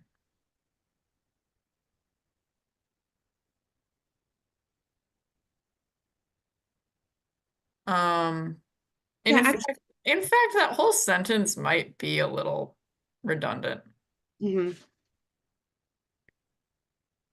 But I'm sorry, can I go back to the first one? I did have a comment I wanted to make. And thank you to the rep from Sisters of the Road that's chiming in. Just around the expansion and around, I think, we'll add some stuff about the Medicaid. But I imagine the Medicaid's part will like take some time, although it sounds like there's a lot of the background work has already been done. But and I'm going to throw this out here as a kind of radical suggestion, perhaps, but thinking about funding. So right now, where PSR is, it's, projected to lose funding there. We're saying, the community saying, move it to the Community Safety Division because this is where it can, be stabilized. It can have its own budget. It can be more parallel to the other public safety bureaus. And the radical suggestion is, because this has happened in the past, why don't we ask the mayor to move funding? Maybe it's not fire and rescue, but maybe it's PPB to PSR, because that's what they did in 2020. And now that we've lost federal money, and there's, again, I know the mayor and the mayor's office is thinking about their budget, right? It's budget season. They've got to come to present. They're going to be they're currently actually doing a listening session tonight, or the council is. So why don't we say something thorny like that to say, this is a one way you have the power to make PSR important. And it's moving money from other public safety bureaus into this space. And so Yeah, Ashley, that's already mentioned in the budget section. We just haven't gotten there yet. really? Yeah, but it is in 3D currently. Okay. That was new then. Okay. I didn't see that last time. Yeah, I think we just haven't gotten there. So yeah, I think that idea is live. So Sorry. no worries. We're about to get there. So I'm just in sort of For sure. editing mode. So did we have anything more on number 2? Or do you all feel like that addresses? I think it addresses it, but if we have a specific comment to pull for the testimony, that would be more specific, less vague. Sure. Can we add that comment? To this section? Yeah, just maybe add, reference to specific testimony on this. Or, potentially another thing you're able to do is say, we heard from 35 people, that they would like to see this change. Stuff like that. Tia? You're muted. With moving it to the Community Safety Division from the Portland Fire Department, is that because it'll be more supported there, or is it because of the finances? It just makes more sense. Anyone want to respond to that? Yeah, I think the thinking behind it was all of the above. That there's an alignment with CSD's mission. If you go and Dorian Samir and staff, I was digging around your website quite a bit to make sure I fully understood what your division does do, and I think that the mission stated and the input from the community all reflects that the PSR approach to public safety and first response fits neatly underneath that. The other piece of it, like we've discussed in many meetings, is the budget cuts and Portland Fire and Rescue clearly stating that right now, the current budget situation, they can't support it. Support PSR, that is. I was just asking to see if there's anything of those to add in that section, but yes, that makes sense. Yeah, potentially a slightly more direct phrasing saying, this will help address some of the challenges of XYZ. Yeah. And then before I lower my hand, I'm looking at Sisters of the Road, pairing 24/7 with demographics, which I think demographics is number 7. Is there a way to put those together where demographic expansion could be with 24/7, showing how important it is to make it, what Odelia was saying, more impactful presence? I don't remember what number 7 is. Okay, yeah, I think that actually demographics aren't mentioned in here. So if PCCEP agrees with that comment in the chat, Yes. it could make sense to note that 24/7 would also mean a demographic expansion. Yeah, absolutely. Thank you. Great, Thank you thanks. for calling that out to you. All right, moving on to number 3. This is the budget section. We recommend a 5-year commitment for funding with or without federal dollars to ensure ongoing success without interruption. I'm going to paraphrase: a multimodal approach for funding, beginning with general fund to keep the current state funded plus funds for expansion. Immediately pursuing bridge grants through Oregon-based resources, including Care Oregon. Pursuing federal grants and funding through Medicaid once PSR is fully 24/7. And looking to other bureau budgets such as PPB, since PSR will be picking up more types of calls and reducing the calls of PPB. Okay, what do we have on this? So I'll jump in here real quick. So the sub points in there were thought processes rather than necessarily do we have to call that out in the document. So I think it's fine condensing it if it sounds too prescriptive. It's just following along inputs from multiple community members, some people who've worked in government and health funding, and other inputs from other experts that we've heard. So if it's too prescriptive, we can absolutely bring it in. But it was just again an exercise, and here are all the options that we've heard. Sure. Yeah, Other like- PCCEP members, comments on this section?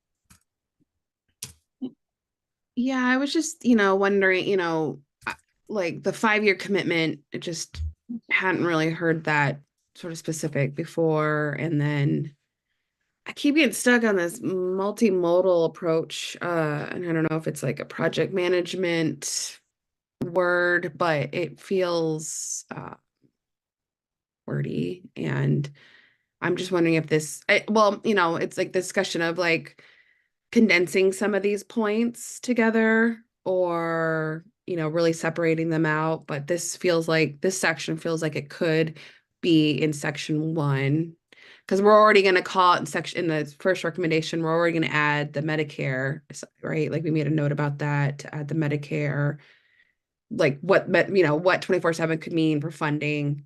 So I just feel like this might actually be the point 3 could actually be the details that we put in recommendation 1.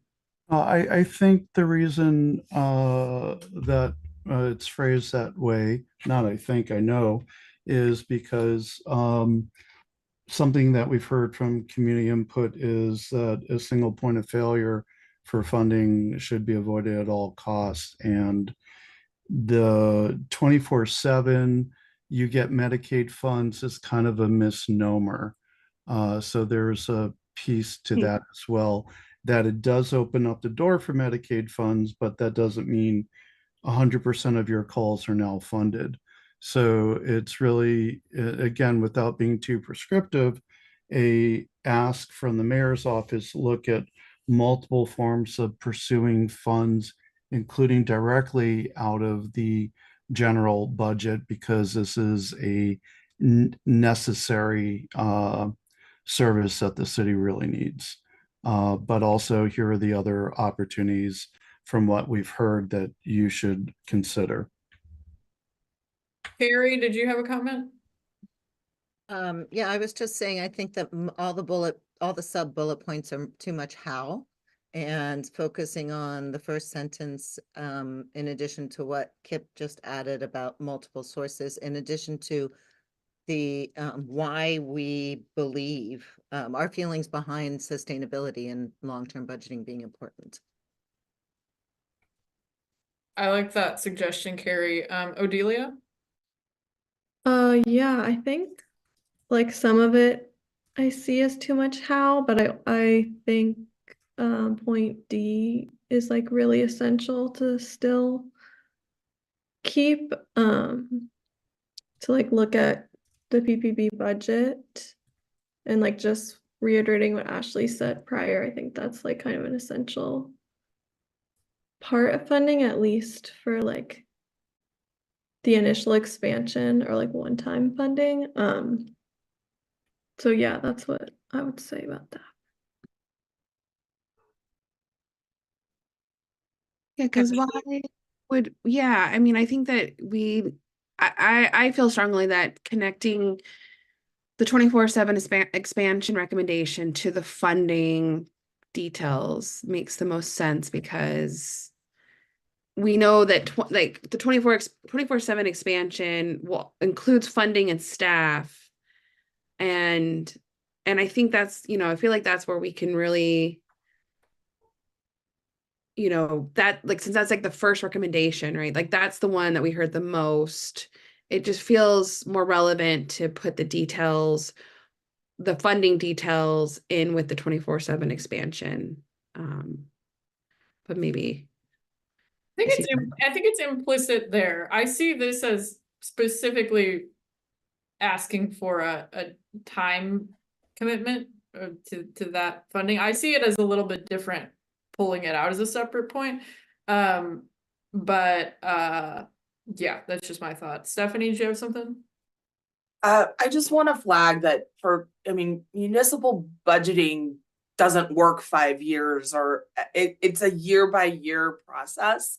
So I guess my suggestion to use the language that will resonate with leadership is to recommend, ongoing and sustainable funding. Because if it's an ongoing funding means it's assumed to be in the budget year after year versus one-time funding. So that's just a suggestion, because a 5-year commitment, I think some people might hear that and say, well, that we can't do that, and kind of stop listening a little bit. And I don't want that to happen. Yeah, good point. No, thank you for the governmentalese. I'm learning things tonight. So thanks for that, Stephanie. I think that did feel like a big part of what PCCEP heard, was the idea of ongoing sustainable. So that's helpful language. And kind of, translating what we have to something that's maybe more viable. I did want to make a comment about this section. So I think when I think about this coming from PCCEP, the pieces that feel relevant in terms of where PCCEP kind of fits in, and the testimony that you heard, are the two pieces, which are Medicaid, pursuing Medicaid funding, and potentially point D as well. I'm not sure there was much discussion of the other ones, and I'm not sure if that, I think, grounding it in what you heard. yeah, I thought we had several people talk about not in the town hall, well, maybe in the town hall too, but in previous discussions about PSR pursuing from Oregon state medical organizations like Care Oregon, and I can't think of the other one that was mentioned. So we have heard over time, so that's where that kind of came in from. Anyone else have thoughts on that? But again, yeah, it doesn't need to be that prescriptive if we're talking about looking at multiple sources of funding rather than a narrow set of options. I think that was really the key. Yeah. And maybe these can stay, I'm sorry. No, that's great. Maybe these can stay in as things you may consider. Mm-hmm. I mean, I don't even know if we need that. I think it just, it's a little too prescriptive for, like, if we're asking for that, sustainable long-term funding, right? Like there could be more possibilities that we don't even know about. The community doesn't know about, like, government funding. Yeah, like I said, it's a yearly cycle, it's ongoing. We have fall amendments. Like there's just places where we could find funding. So like keeping it less prescriptive and more like the language I think Kip has added, like makes a little more sense. And then I wanted to make sure staff saw the comments from Sister of the Road in the chat about, how we ask about reallocation of other budgets towards PSR. Kip, I know you and I talked about this, like we want a relationship with PBB, we want a relationship with, all the stakeholders, and we don't want to like make it so we're saying, oh, take money away, right? Like we know that's just not a space where some people hear what we're looking for. So, yeah, thinking about, like what we did here, I definitely heard this at the town hall, is like officers across the state, law enforcement officers across the state are looking at Portland and want this kind of program. Like they see it as a benefit to the services that they want to provide. So like, yeah, it's making sure we're, I think we should add it. I think it should be a called out part of this point in the recommendation list. And yeah, just thinking about how we word that. So thank you so much. Yeah, and again, not being too prescriptive about it, but I like the idea that if we're diverting calls to a different organization and that helps with that bureau that won't be picking up those calls, I would argue Portland Fire and Rescue falls under that too, but they're already in a serious budget crunch. But it makes sense that if you're diverting calls, that helping out with the budget makes sense. And I appreciate the framing that Sisters of the Road put. Just want to check in with everyone. We have about 10 minutes left. We are scheduled to go into open public comment now, or public comment on this document. I think we might go about 10 minutes over, if that is okay with PCEP members. To address one or two more of these points really quickly, so we have more to work with when we're revising offline. Is that an okay plan? Okay, so I'm gonna move us to 4. Recommend an agreement of interoperability and support across first responder services, including the next items. We believe CSD should develop an intragovernmental agreement so they can keep working with fire and rescue. And then east side location. Yeah. There's a lot in this one. What did we say our main point was for 4? Can we go back to that? What did the summary sort of distill? Current restrictions placed on PSR staff be revisited and revisions be considered specifically around right to enter buildings, services if a weapon is present, response to calls, potential death by suicide, and transporting individuals. Okay, as written, it's definitely more about the idea of interoperability. So I think this might need to be just sort of reconfigured, and the interoperability stuff is more of a supporting detail.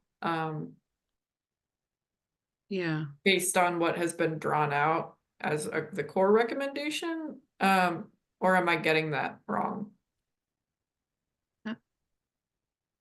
Any other thoughts on that? And we're just Yeah, I quickly think gonna go they're through. different things, kind of. Okay. I mean, they're related to each other.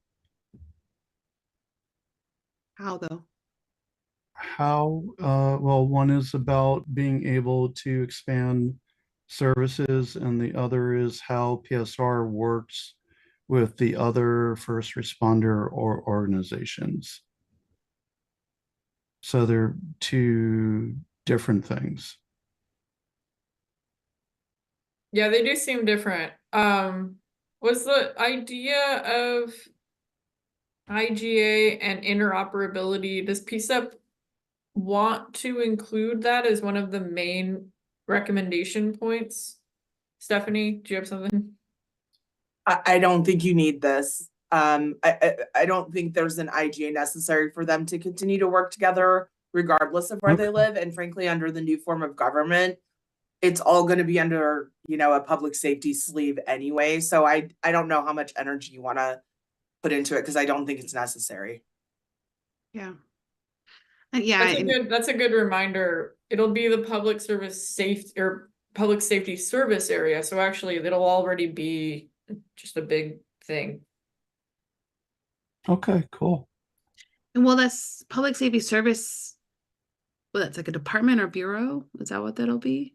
That's one of the sleeves of government. So there's the safety, there's central services, there's, I can't remember, there's 5 of them, but so all you. of the safety bureaus will be under one deputy city administrator, which right now is Mike Myers. Right. So Okay. it's all going to be under that anyway. So to that end, Stephanie, no, I really appreciate that, and that makes a great deal of sense. I am wondering, I still, from what we've heard, again in public testimony and from different people from around the city, the second point under B, the ability to have a hot handoff between different agencies.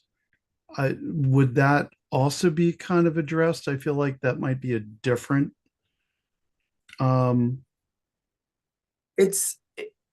Honestly, it's actually a more of an issue between service providers that are like county organizations and first responders is being addressed and developed right now in a variety of different states, especially in relation to House Bill 4002 that just passed. But that idea of the warm handoff, I think, is so important.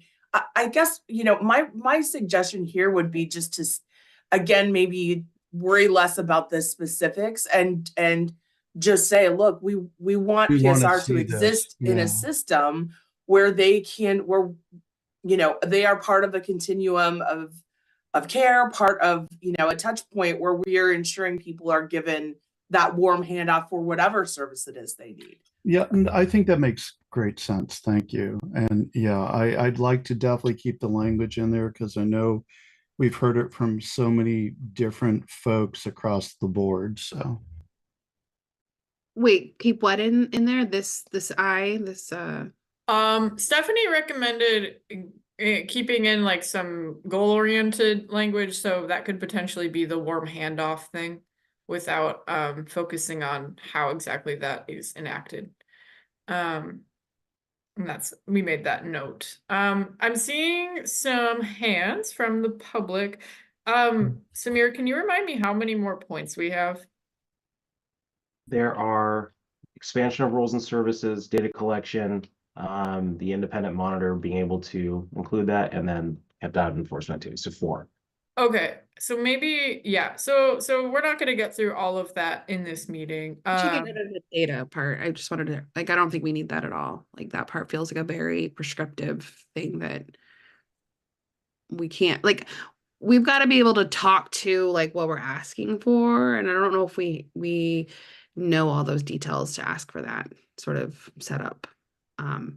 Just a Fair point. I think what you could do if you want to keep that in is you could add it as sort of a supporting detail under the community safety division recommendation, because they would be tasked with doing that stuff, right?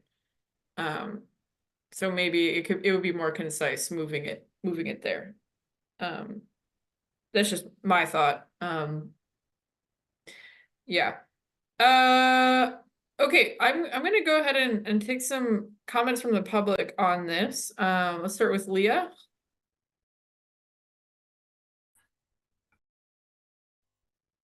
Hi, thanks for letting us see your drafting process. This looks really hard to create. I like what you've done so far. I really like it. I would edit like recommend, like you say recommend many times. Perhaps you should say demand sometimes to give it more teeth. The problem I feel you're facing is giving Ted Wheeler a recommendation about a program he doesn't like and trying to make him follow it anyway. And so I think it needs more teeth, I guess. Also, what was I gonna say? Oh, when you mention the police CBA, the collective bargaining agreement, there's a section where it says like have Ted Wheeler meet with Portland Police Bureau to talk about these changes for their collective bargaining agreement. He should meet with the management as well as the union because that's who bargains the contract. If you meet with just the management, then the union members aren't going to like that. If you meet with just the union members, management are going to be like, why didn't you also meet with us?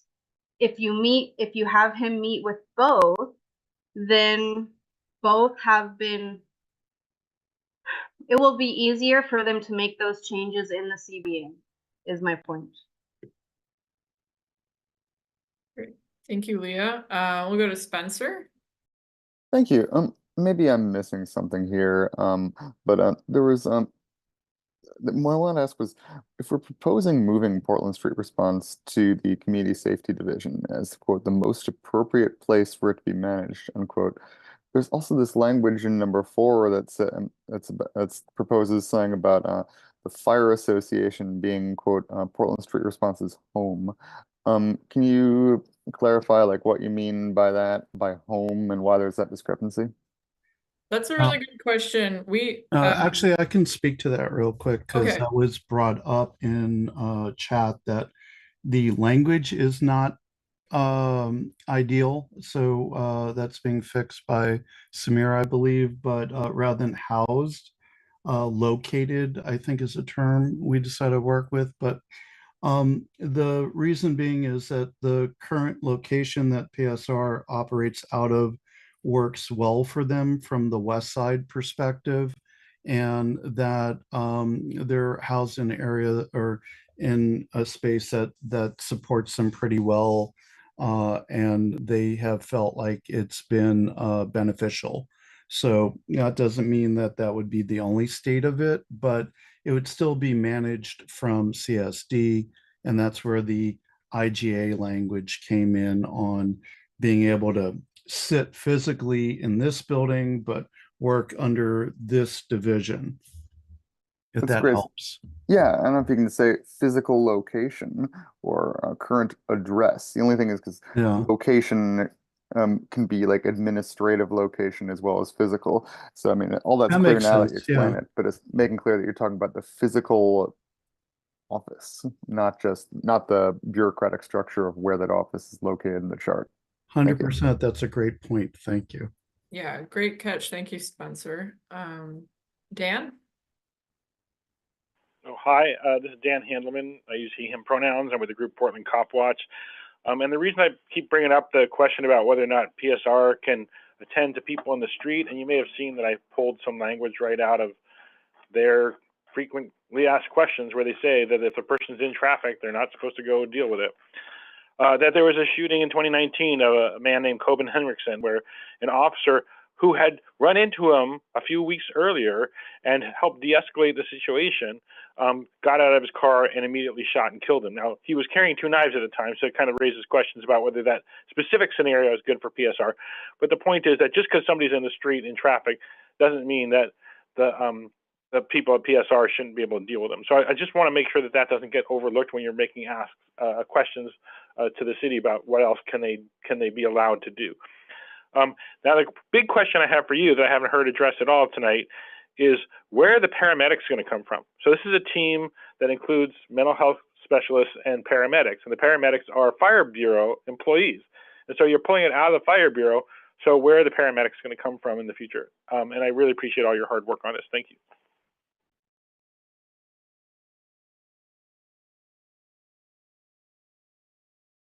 Thanks, Dan. Thanks for that point.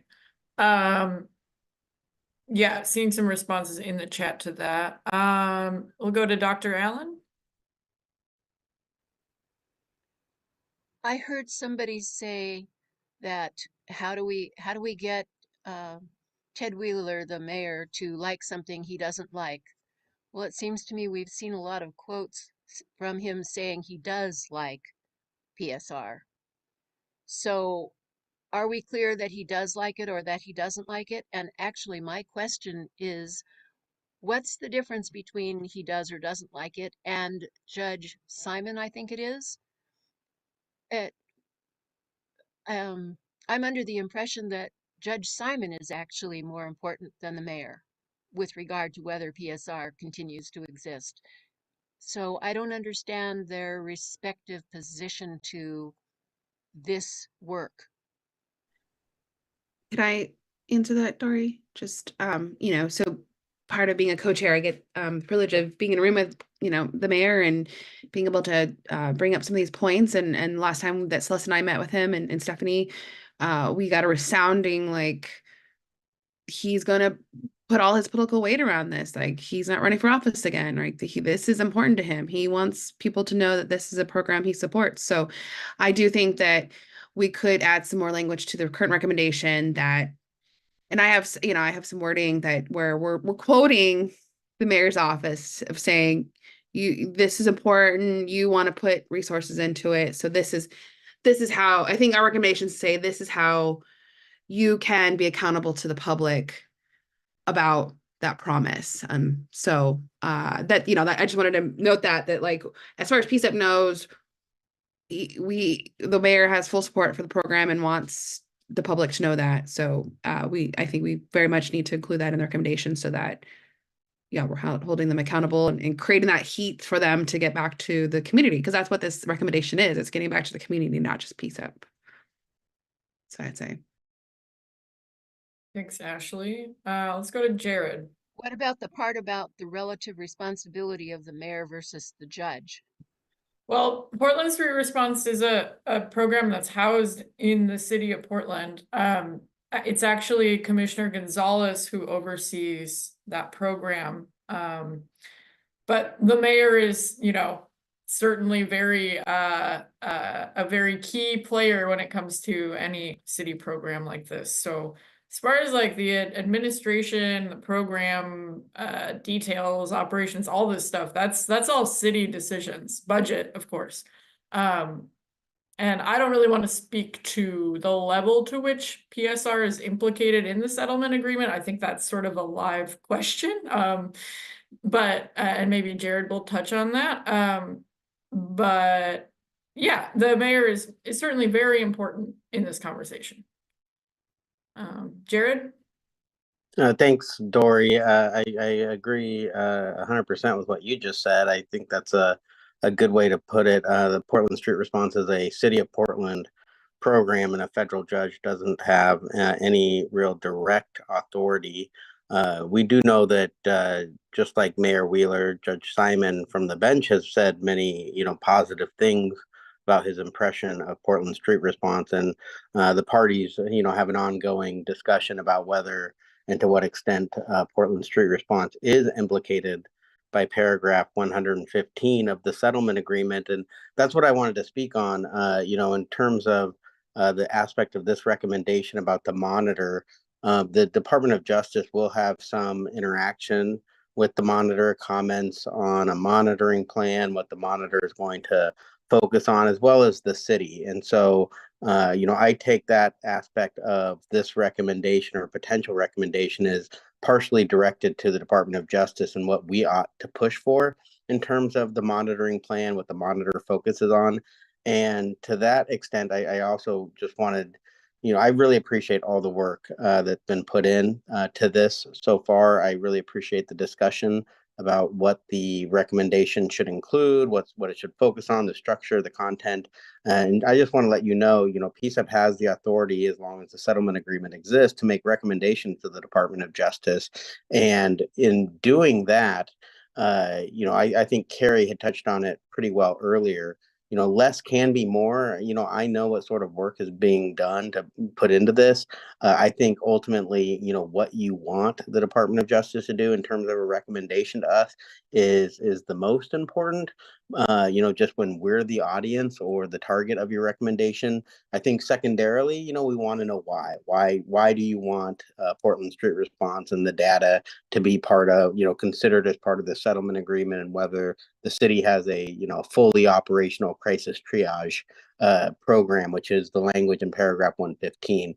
So, I hear the recommendation, at least as drafted now. It's got a pretty clear what, the data. I think secondarily, we'd want to know why that is important to PCEP and the community members you've heard from. But in terms of the detail within the recommendation, I don't think that's necessary for the Department of Justice. I would certainly include that in my briefing, linking to videos of your town halls, summarizing the types of points that you've heard, that would be sufficient for us. I can't speak for the mayor or the chief of police or other people you might make recommendations to, but for the Department of Justice, that's going to be most important for us. So thank you very much for all your hard work.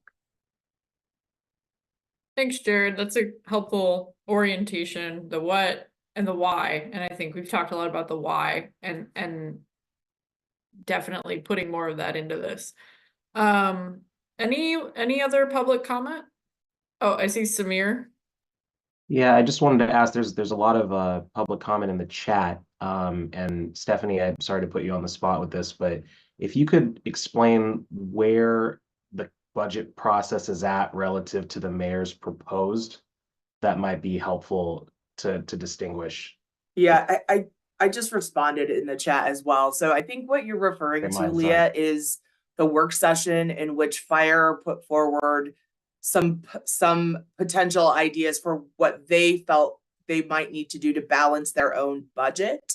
The mayor's budget is in development right now. And so in fact, tonight is one of the first listening sessions with the community on what the community would like to see in the mayor's budget. So the mayor has not proposed any cuts to anything yet. What they've done is the budget office, and through the mayor's guidance, many bureaus, almost all the bureaus, were directed to propose 5% cuts across the board. And so all of those bureaus have been presenting to city council on their proposals for how to do that if they have to do it. But those decisions have not yet been made. And the mayor's proposed is in development right now with community input.